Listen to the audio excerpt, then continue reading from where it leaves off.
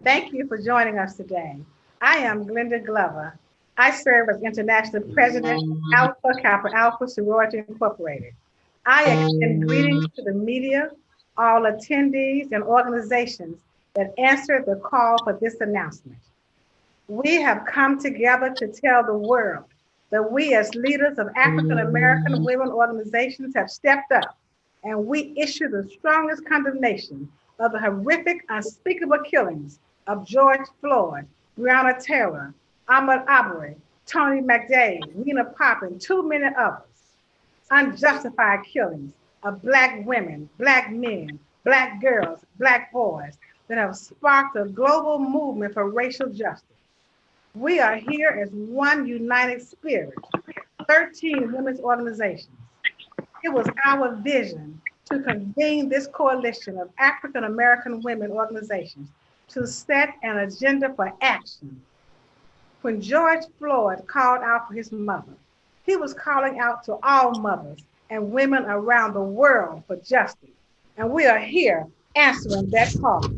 When he called his mother, he called Alpha Kappa Alpha, Delta Sigma Theta, Zeta Phi Beta, Sigma Gamma Rho. He called the Links Incorporated, National Council of Negro Women, the National Coalition of 100 Black Women's Agenda, National Cares Mentoring Movement. He called Girlfriends, Jack and Jill of America, Tie Blades of Distinction, and Black Women's Roundtable, and others. He called us all. And this is a global call to action. So today, you will hear from these African American women leaders represent more than 5 million collective voices as we exert our collective might to and tell police officers and racist institutions and discriminatory laws that, as we say in the powerful words, Reverend Al Sharpton, that have resounded around the world to get your knee off our necks.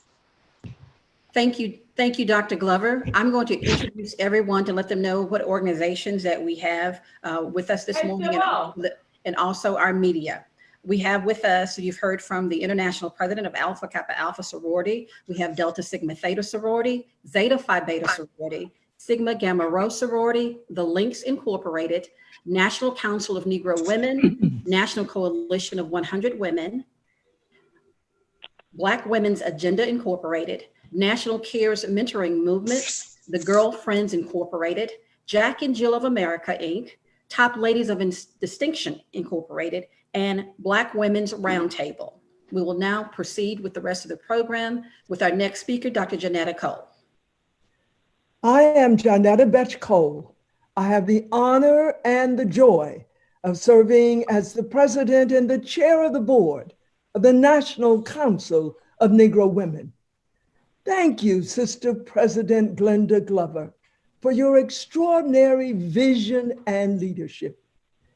In African American communities across our nation, Black women hold up at least half of the sky.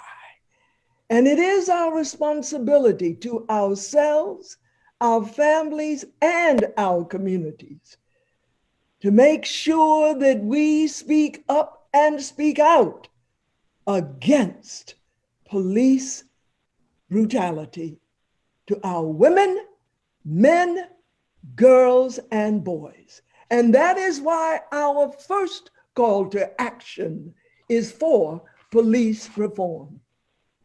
With the 5 million Black women in our 13 national organizations, we call for sweeping federal legislation regarding police reform. We call for decertifying or terminating police officers who use lethal force in nonviolent offenses. Eliminate the use of chokeholds of all forms. Create a national database registry of law enforcement officers that were terminated with cause or by other cities or states. Require all police officers to wear body cameras. Require de-escalation training and unconscious bias training for all police officers. We call for requiring psychological evaluations of police officers before hiring and periodic evaluations while they are employed. We, 13 national Black women's organizations, call for requiring a citizens review board to look at, to review reports that indicate police misconduct. And we require, indeed we demand, gun violence prevention education and training for all police. Finally, we push for the passage of hate crime statutes. As the leaders of these national women's organizations, Black women's organizations, we will keep the faith while we do this work. Good afternoon. I'm Beverly Smith, the National President and CEO of Delta Sigma Theta Sorority Incorporated. Thanks to the audience that has joined us today, and a special thank you and hello to the members of Delta Sigma Theta Sorority. So let's talk about voter engagement, mobilization, and voter education. There's no doubt in my mind that our voices can be heard loudly through our vote. It's not time to be apathetic towards your vote or feel that your vote doesn't count, because we all know that this year, like no other year, is a year when we must get out the vote as if our inalienable rights depended on it, because they do. As a collective, this is our charge to you. We are urging you to double the local voter mobilization and participation efforts to vote and elect candidates who will most likely be most effective in advocating for our community. We have also committed to have all of our 18-year-olds registered to vote as soon as they are able for the district and the prospective guides in their state. Several of us have partnered with When We All Vote. We will use the strength of our partnership to increase our voter engagement activities. And many of us have partnered with the NAACP, When We All Vote, and other civic organizations to make sure that the polls record the number of that we're here, and to make sure that they get to the polls this year, as tough as that may seem after what we're seeing now. But we want to make sure people get to the polls and that they stay at those polls to make sure they vote. Our strength is in our numbers. So let's use the strength we have as a coalition to increase voter engagement all across this country to make the difference that we know only we can make. Good afternoon. I am Kimberly Jeffries Leonard, the National President of the Links Incorporated and the Links Foundation Incorporated. I want to thank all of the American women's organizations that are a part of this powerful coalition. I want to thank the many organizations led by women on the battlefield. Our time has come. I want to thank the audience joining here, and I want to thank my over 16,000 members of the Links Incorporated who have joined today. I want to talk about the police reform and the public discourse to defund the police. We know is a polarizing subject. And while we understand that the police in its current state cannot stand, the leaders of this coalition do not support defunding our nation's police department. What we support is advocating for a measured approach to reappropriating police budgets. We supporting the Justice in Policing Act of 2020, led by many of the sisters who are in these 13 organizations that stand together today. We advocate for reappropriating the budgets. We advocate for using these additional funds to ensure that families in underserved communities have access to fair housing, quality education, and social services that improve the quality of life for those in greatest need. We know that in its current state, law enforcement must change, but we also know that law enforcement has a place in our society. That is why this coalition of 13 organizations advocate for police reform, and we support shifting budgets to uplift our communities.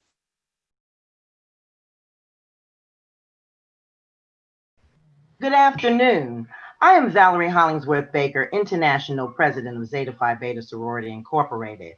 And I want to first thank Dr. Glover for bringing us together as a unit. It's very important that we come together so that we can discuss and have action plans put together for the things that are happening in our society today. I am here to talk about domestic violence. Domestic violence cases during this government-mandated quarantine has risen by as much as 20%, according to the United Nations data, due to stress, isolation, anxiety, and lack of resources. Domestic violence victims are finding it harder to escape their abusers, and social services that support these victims are experiencing huge budget cuts. We need new strategies to help our people, and we demand that our government establish meaningful strategies to offer protection for our children and women, as well as therapeutic services for our abusers. Domestic violence has hit our members personally in recent weeks, and we don't want to see another death. Therefore, I stand with the Sisters United for Reform and my sisters of Zeta Phi Beta Sorority Incorporated, and I look forward to working with them to make real change in our communities.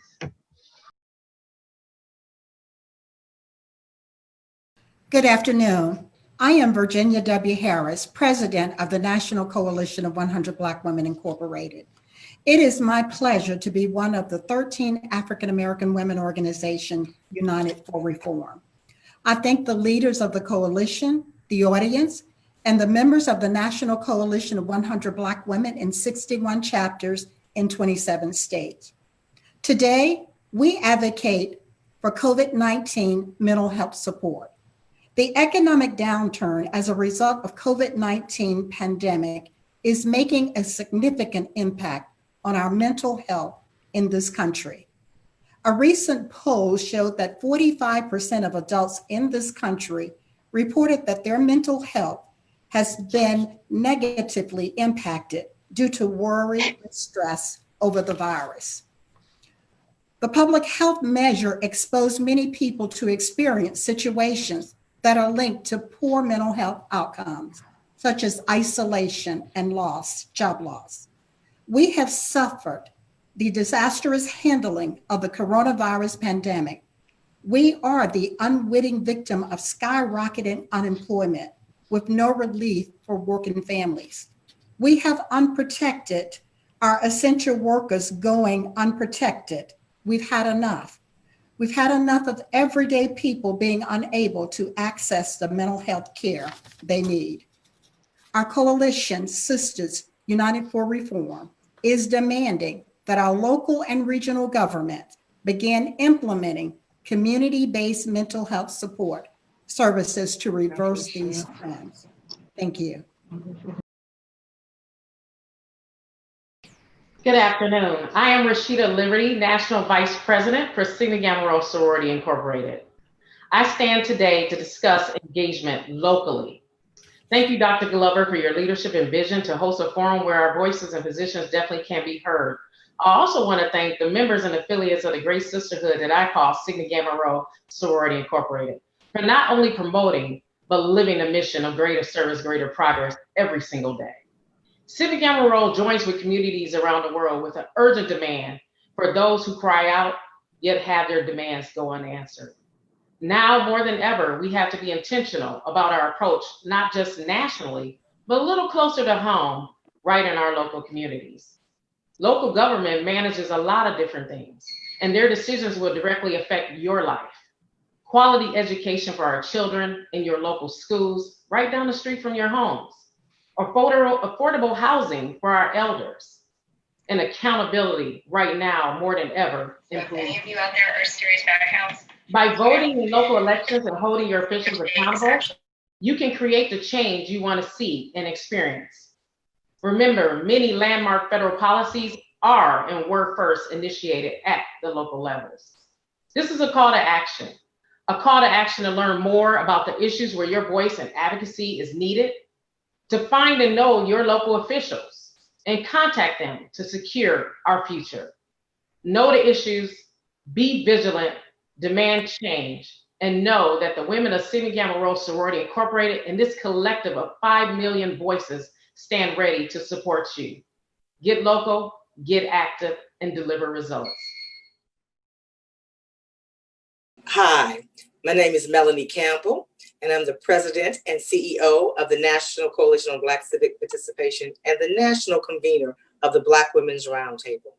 It is an honor to be here with my sister leaders, 13 strong, to just bring another action message to you all. And that is, make sure you get counted in the 2020 census.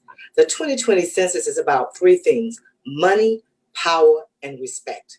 Money, because we need to make sure that when we get counted, over $800 billion of our tax dollars that the Black folks have put into the federal government comes back to our communities.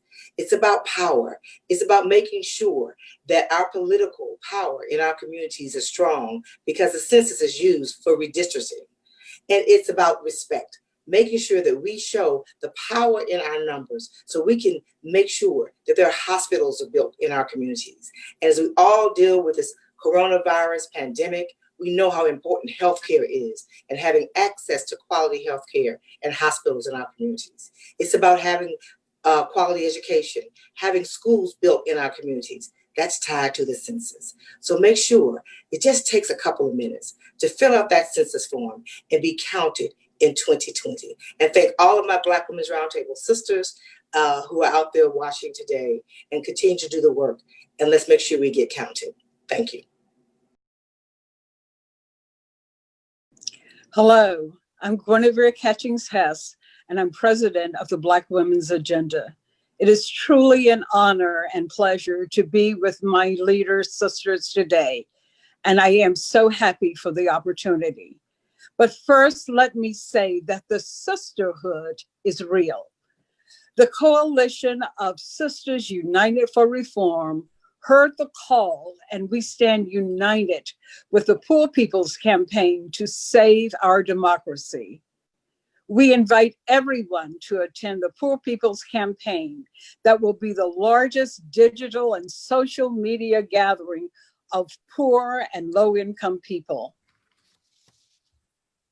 It's titled, A Call for Moral Revival, something that we need today, a moral compass to do the right thing for all the right reasons. Our goals are aligned with theirs. We are focused on changing the inequities that are so prevalent in our communities. The campaign will include moral and religious leaders, advocates, and people of conscience. People who realize that democracy is more than a symbol of just standing during the national anthem. We could have sung the national anthem 4 or 5 times during the time that George Floyd was murdered. Yes, we stand for the anthem, but we stand even taller for true democracy. And we stand united with all the women who came before us and all the women who've joined us now. So please go to the Poor People's Campaign website, register, and we will see you on June 20th. Thank you.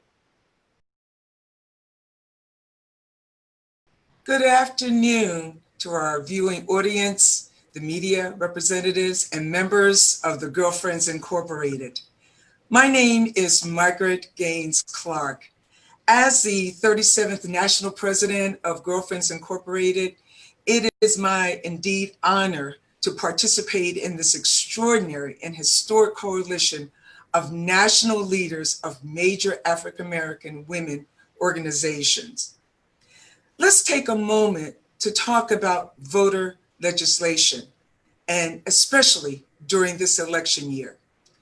My dear friends, it is not enough to like and believe in any candidate running for public office. Once elected, know how they are voting. There is voter legislation pending we must all care about, and that is Bill H.R. 1. Bill H.R. 1, commonly known as For the People Act of 2019, is a bill introduced and passed in the U.S. House of Representatives to expand voting rights. This bill would improve access to the ballot box by aiming at institutional barriers and cumbersome registration processes that limit access and also voting hours. H.R. 1 will promote integrity. This bill will place limits on the removal of voters from voter rolls, as we experience in the state of Ohio and Georgia most recently. This bill will also limit partisan gerrymandering and the influence of private donor money in politics. We as concerned citizens must demand that the Senate debate and vote on Bill H.R. 1. I strongly encourage you to contact your local senator to debate and vote on Bill H.R. 1 to limit what we know as voter suppression. Thank you so very much for your time. My name is Danielle Brown, and I am the National President of Jack and Jill of America Incorporated. And I'm delighted to be with you all this afternoon and to stand with my sisters united for the reform. Today, I'm going to talk to you about racism, systematic racism, institutional racism, structural racism. It is the belief that one race of people is superior over another. Doesn't matter how you say it or what you say it. At the root, it is racism. Since the senseless killings of Ahmaud Arbery, Breonna Taylor, and George Floyd, thousands of our mothers across this country have once again had to engage in uncomfortable conversations with their Black boys and Black girls about racism. We've had to talk with our children about what to do and how to handle racism, both covert and overt, about how to handle being Black in America when people judge you only on the base of the color of your skin, how to handle racism when they're stopped by the police, stopped at a retail establishment, sitting in a classroom, or even running in their own neighborhoods. Unfortunately, even though it's 2020, you all, we still have to equip our millennials, our Gen Z children with tools to defend themselves against people who don't like them for nothing that they have done except by being born Black. For African American community, it's a part of how we interact in the world. It's something that that's always been there. We continue to call on our members to engage in conversations about race. While many of our families live, work, and attend schools in diverse communities, we have to intentionally engage and facilitate courageous conversations about race and racism in our communities. We are stronger when we work together to make change. We know that our children are woke, but being woke is not enough. We have to be prepared to take action. We have to stand. We have to speak out. Good afternoon.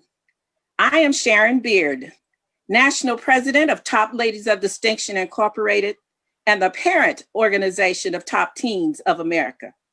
I am so proud to be a part of this movement this afternoon, along with our United for Reform sisters. As we continue our conversations around racism, we cry out, enough is enough. It's 2020, and yet we find ourselves in the midst of two pandemics, a racism pandemic and the COVID-19 pandemic. The Coronavirus Aid, Relief, and Economic Security Act, known as the CARES Act, was a law intended to address the economic fallout of the COVID-19 pandemic. But is it enough? Unfortunately, it was not enough, particularly for African Americans. We are calling for the passage of additional legislation to protect essential workers and healthcare professionals. Protect those individuals who never stopped working, who never stopped providing us service to the public. Let your voices be heard by calling and writing your state and national politicians. We know that we can continue to lift up those individuals who have voices yet to be heard. Thank you. Good afternoon. This is Susan Taylor, and I am the founder and CEO of the National Cares Mentoring Movement and editor-in-chief emerita of Essence Magazine. And it is my honor and my privilege to be with you this afternoon. I'm so honored that Dr. Glenda Glover reached out to me and convened 13 Black women who run organizations and who care deeply about our community. Mentoring. I'm here to speak to your heart from mine about the importance of getting involved in the lives of our children who don't have what most of us grew up having, and certainly don't have what our children are privileged to have. Mentoring is a affordable and thoroughly successful way of saving and elevating young, fragile lives, and we have a lot of them in our community. 98% of young people who are mentored, they stay in school. 98% do not become teen parents. 85% don't use drugs. 98% avoid gang participation. Gang participation is really a hunger for community. We are the community that they're longing for. All of these disparities, the things that they don't have at home, in our communities, and in schools, is causing great depression among our young. And I'm asking that you join the National Cares Mentoring Movement all around the country. If you could just get in touch with us, go to our website, call me up, and let us connect you to our leaders. We're in 58 cities, and we need Black women and men to join this movement. Because when the call goes out for mentors, it's white women who are the first responders, and then white men, and then Black women and Black men. And we know we need mentors in reverse order. Suicide, the statistics are frightening, absolutely frightening. Let me not get them wrong. It's an unacknowledged public health crisis. Today, suicide is the third leading cause of death among Black boys 5 to 11 years old. They're hanging themselves. And when you look at the increase, it's stunning. For the first time, Black child suicide has exceeded white child suicide. And the increase among our boys and our girls is tragic. And we are the healing waters that they're begging for. So I ask you to please get involved.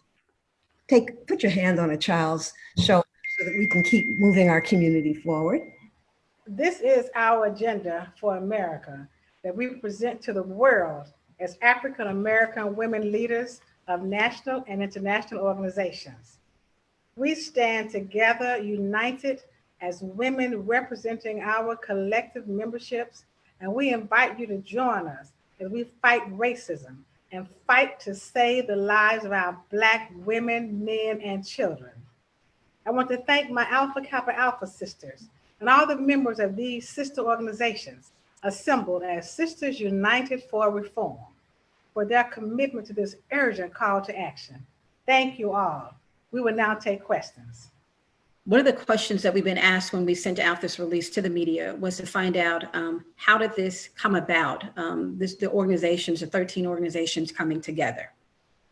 Every mother, sister, daughter, aunt, every Black woman in America grieves the state of affairs of our country right now. So I was compelled to act along with my sister organizations. So I made calls and convened a meeting. And everyone was immediately on board and thinking similarly. So we cleared our agendas and just got to work, and as a result of this collective call to action. So that's how we got started. I'm going to call on Mr. David Steele from the Undefeated. David. Thanks very much for coming all together. I was wondering, what was the impetus for everybody coming together, because we've had, as you all have mentioned, the twin crises happening together. There was a lot of this conversation taking place during the Corona crisis, or did it accelerate as all the activity surrounding the deaths in police custody in the last couple of weeks? And that's open to everybody. This is Johnetta Cole. There's a sense in which our people have been in crisis for 400 years. From that moment when 20 African women and men were shackled, put into ships, sent across the Atlantic Ocean on a trip of horror. We have been in crisis. But let me also say that in response to crisis, Black people have always responded. It isn't always the same response, but we do not own being victims. As one of our sisters said earlier, this is a particular crisis, the worst health crisis since 1918. It is a pandemic. But we've also seen a resurgence of that other virus that has not left us since 1619. And that is the virus that two of our sisters spoke so eloquently about: systemic racism. Let me also say that we sisters are always in touch. It's not like, Dr. Glover had to go looking for us. Where were we? Could she find us? We're always in touch. But there was this groundswell of conviction that to this particular crisis, the murder of our women, our men, our girls, and our boys, we would formally come together as 13 national Black women's organizations. Hi, this is Beverly Smith. I'll answer that same question. When you ask how did we come together, I think I have to say, how could we not come together?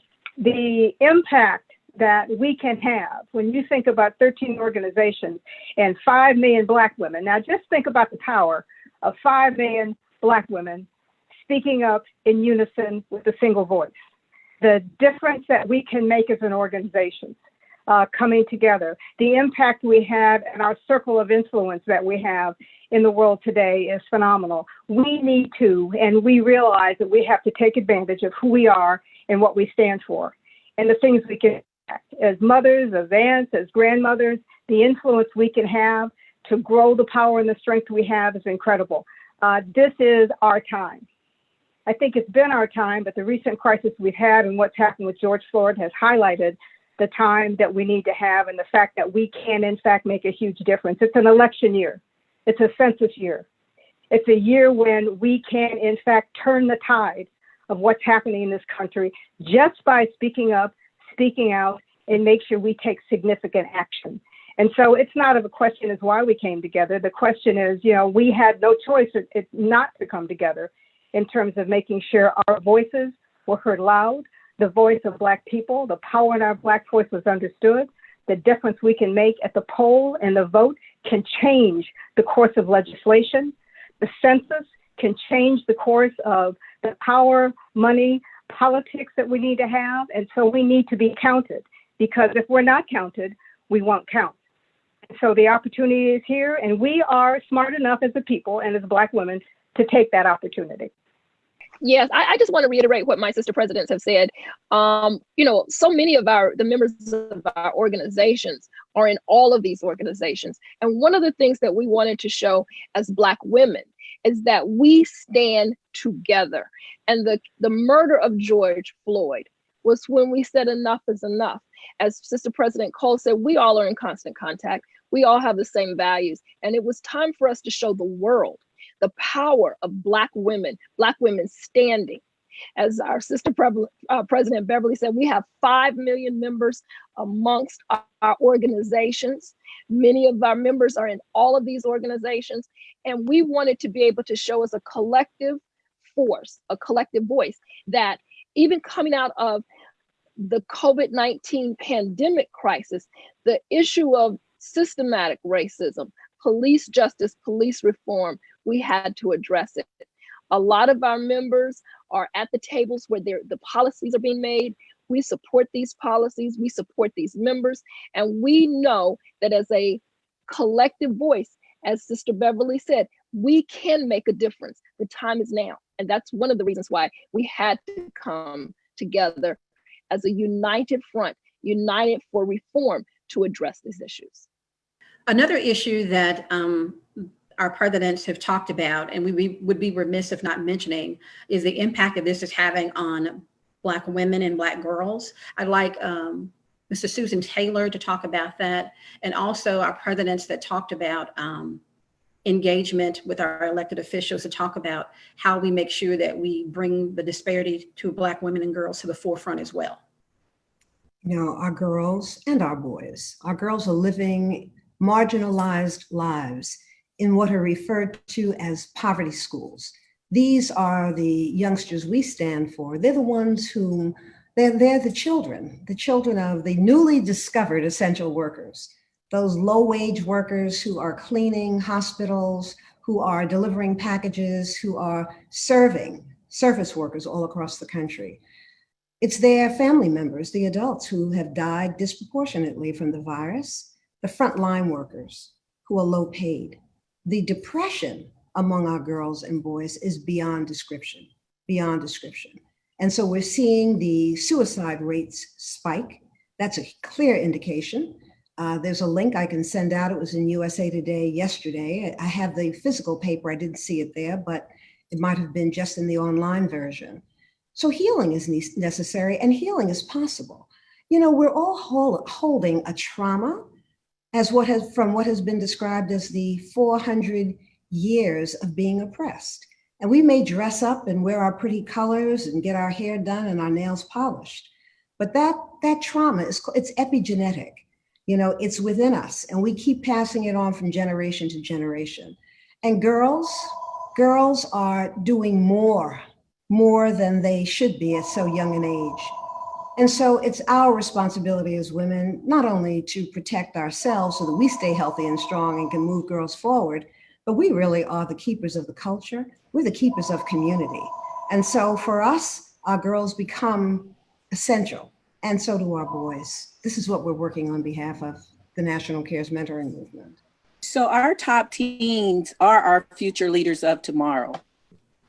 And as we nurture, groom, and prepare them to be a part of this society, of course, we have to prepare them with those tools and resources that are necessary for them to be able to survive. Our boys and girls ages 13 to 18 years old are very intentional about our programming and how we lead and guide them so that they can have a productive life. They are individuals who have thoughts of their own. We take into consideration those individuals as boys and girls seeking to fill in those gaps where school and the community and the church perhaps does not. We ask that each of our members mentor one of our top teens. Each lady is responsible for mentoring one or more top teen in their chapter. And so it's always a good thing when you have children that are not only interested in programming to assist them and helping them to be successful, productive citizens, But as we train them with their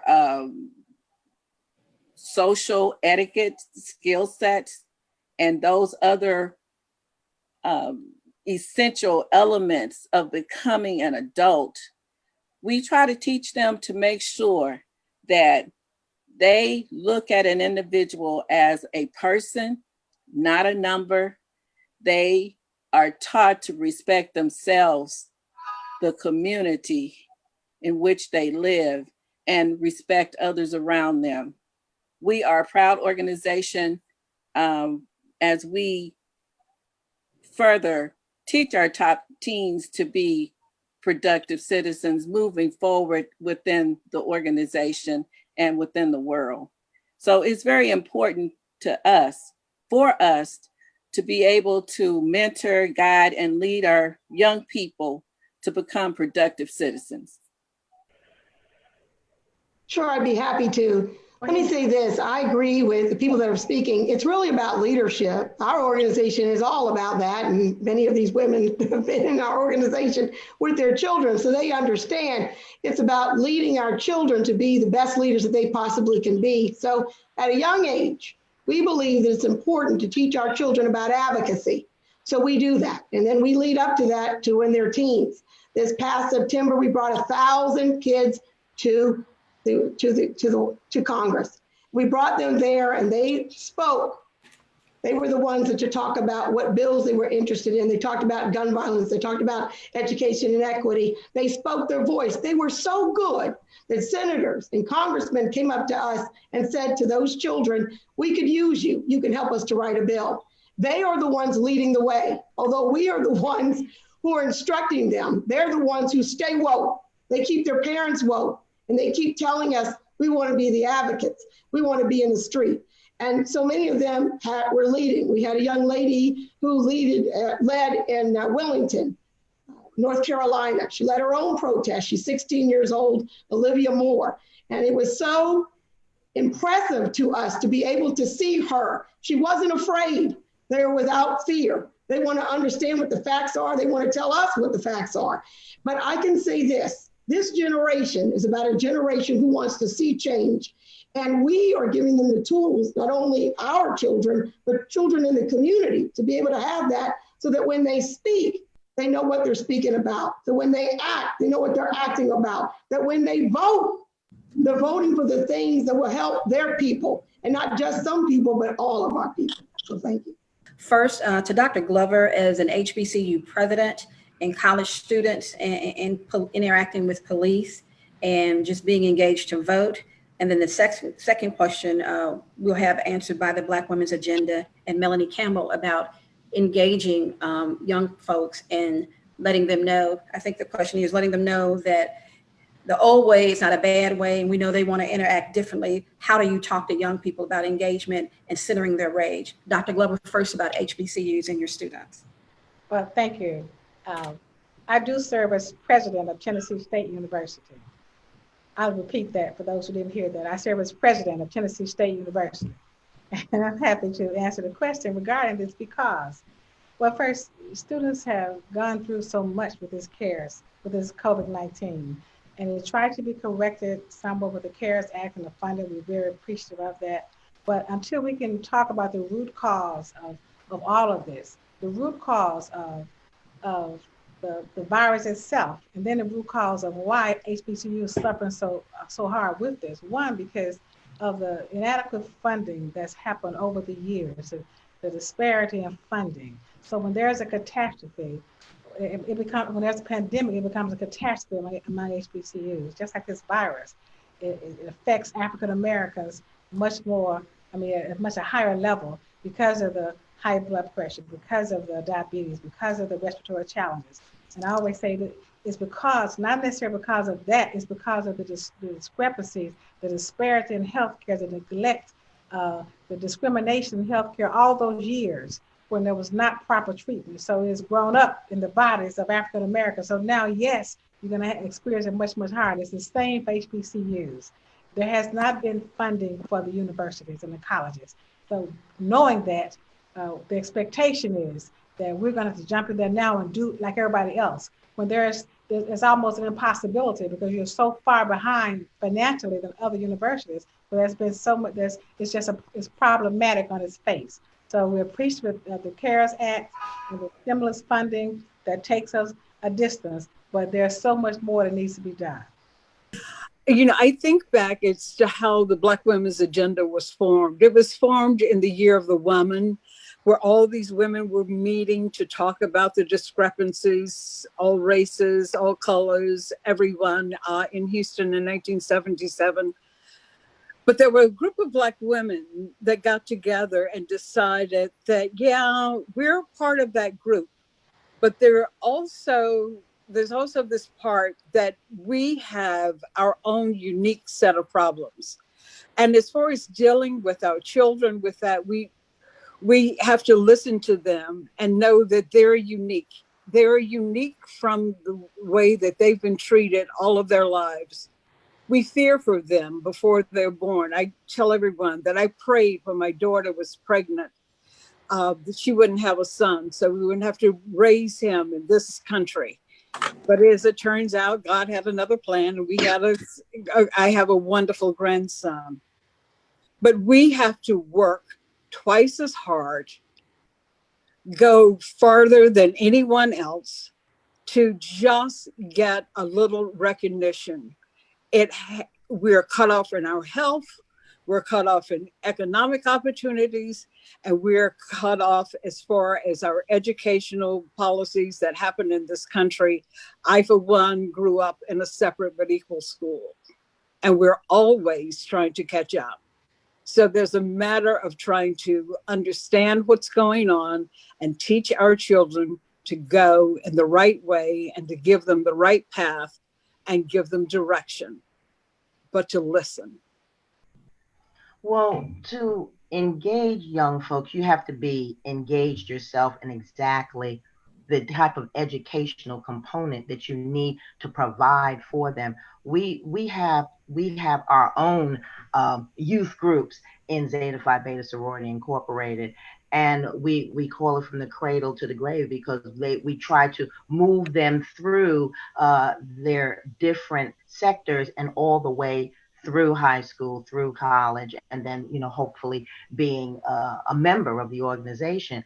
But in trying to engage them, we try to make sure that we give them the tools that is needed and the explanations that will help them to understand what it is that we would want them to see, so that they will be able to then go out and utilize this information. Because at this day and age, our new young people, as I would like to call them, they are very inquisitive. They are on top of everything. They're more on top of things than we were. So we have to be able to keep up with them so that we would be able to help them. So we engage in the different activities and those things that we would like them to be able to work with us, so that they will get that opportunity to see leadership, to understand what it is, and to move forward.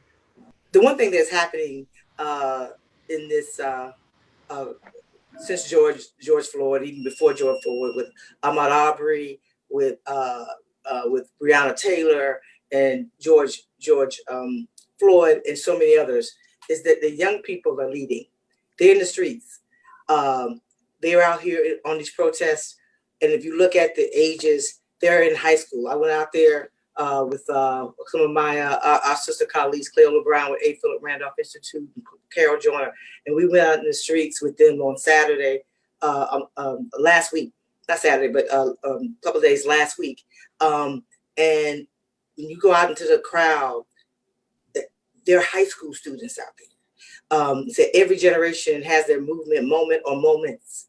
This generation has stepped up. These are our young people who have been impacted by gun violence in the schools. They get the issue around it. This is a generation that's growing up with the rise in hate crimes and the rise in racism, and they're living it every day.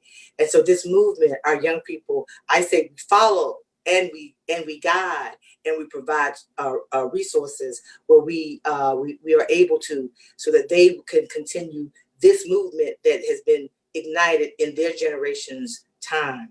And so with us, with Black Youth Vote, our young people are organizing, they're registering voters, they're providing COVID relief, they're out there in those streets. And so an intergenerational opportunity always provides itself in movements. And so I say, I learn from you and you can learn from me, and we can be that much stronger together as a force. And so I just praise our young people and everybody on this call who are already doing so many things to mentor, but they are out there leading, and we're going to guide, support, and lead where need be, train. And that's part of what we're doing. We're training what we're calling foot soldiers for democracy. We have shortages in the polling places. Georgia, anybody that saw the news last night saw all of those folks having to stand in line. Why do they stand in line? They need poll workers. Our senior citizens, a lot of us even on this call are impacted by Corona. We can't go and work in the polling places. So we need to all become help our young people become those poll workers, so we can make sure that what happened in Georgia yesterday with people standing in line for 5 and 6 and 7 hours, that our vote is not stolen in November. So I'm excited, and we're just going to keep supporting our young people. I have the awesome opportunity of being a parent of a millennial, as well as what we now call our Gen Z. And so in listening to their particular needs and desires as to how they address the situation is very unique. Organizationally, of course, Sigma Gamma Rho has many different ways that we engage with our affiliates, which we call our Roar Club, and we also have a club called the Rosebuds. We groom those young ladies from end to end, of course, not only to become members of a great organization, how we groom them to be women leaders in their communities, because that's what it's all about. We may wear different colors, we may represent different shields, etc., but we have a common purpose, and that common purpose is usually around empowerment of women, empowerment of youth, and serving our communities in a broad way, especially through a social action agenda. And listening to what Susan Taylor said is so true. And listening to our children, I have had that opportunity as a mother to listen to my children navigate this very complex situation and help to develop strategies on how they think. They think very differently, and I invite that conversation. I think we have to continue to hear those voices, whether it's through Jack and Jill of America, whether it's through Top Teens of America. We have to take this young energy that we have and this passion that we have in our world and really listen, hone in on it, and make sure that we're providing the right level of support to make them successful in the things that they want to do. They will carry our future. And so there is a heavy investment there, whether organizationally, personally, or from being a mother or parent or mentor in any situation. I too agree with most of the comments that we've heard from our sisters about mentoring and how important it is. The 100 Black women have a strong mentoring program. We start with elementary, secondary, and high school and college students. It is important that we listen, that we give them a chance to talk, that we empower and embrace them along the way, and that we encourage them to be vocal about things that trouble them, so that they are not left behind because nobody listened or there wasn't someone home when they got out of school in the afternoon. So we worked with students at all ages, and it is so important that we understand the importance of sometimes what they're thinking, how they are feeling, and allow them to share that with us. And I am very fortunate to be partnered with the Mentoring Cares program with Susan Taylor, and we've had some wonderful interaction with young people and mentoring across the country. I agree with all of my sister friends. And one of the key things that I always remember that my grandfather used to say is more than one way to skin a cat. And in this whole environment that we're in, we need to learn how to also let go. Once we mentor and provide the platform for our young folks, allow them to lead. They're always looking towards us for getting confirmation that they're going the right way, but allow them to do that. And also allow them to take advantage of what is good for them. And we're in a world of social media, and certainly 40 years ago when we were doing this movement, social media was not even heard of. Allow them to use it to the max so they can reach those individuals who may have not even known about HR 1 and all those other bills that we need to be aware of.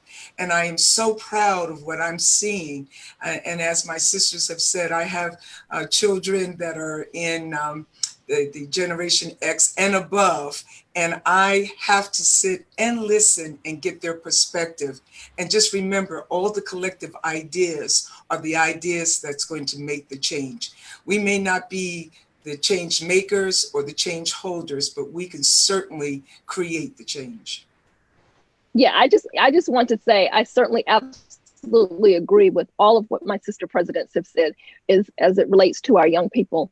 Our organization, we have members from 21 to 101, and we truly are intergenerational. But as Sister Melanie said, the young people are leading the way. This revolution has started because of some of the things that we have been seeing, just because of what the young people are showing us. And make no mistake, if it was not for Darnella Frazier, a 17-year-old young lady who taped the murder of George Floyd, we probably would not be here. And so when we say the revolution will be televised, the revolution is televised.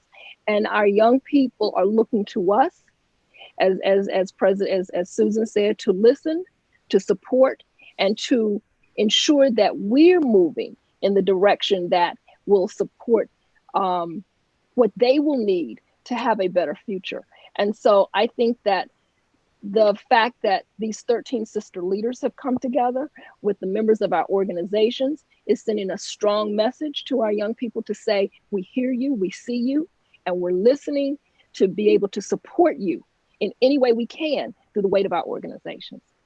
Thank you. We're going to go to Dr. Glover to close things out. That is our last question that we had. Dr. Glover. Well, thank you, and thank you all for tuning in today. We, as African-American women leaders, know we have to step up and lead. That's what we are called to do. So we thank you for participating with us. I want to tell you something that was very dear and emotional to me, which is why we're so invigorated and ready to assist however we can. I was talking to a young man about what he wanted to do with his career as he proceeded through academically and through his profession. He said, I said, so you're young now, so how do you see yourself in 5 years? What do you want to do? What do you want to be? He said, President Glover, I want to be alive. Now that is startling. He wants to be alive. So I ask all of you to tune in with us, join with us. We're just getting started. We have a lot of work to do. So we thank you again for tuning in, and there'll be more to come.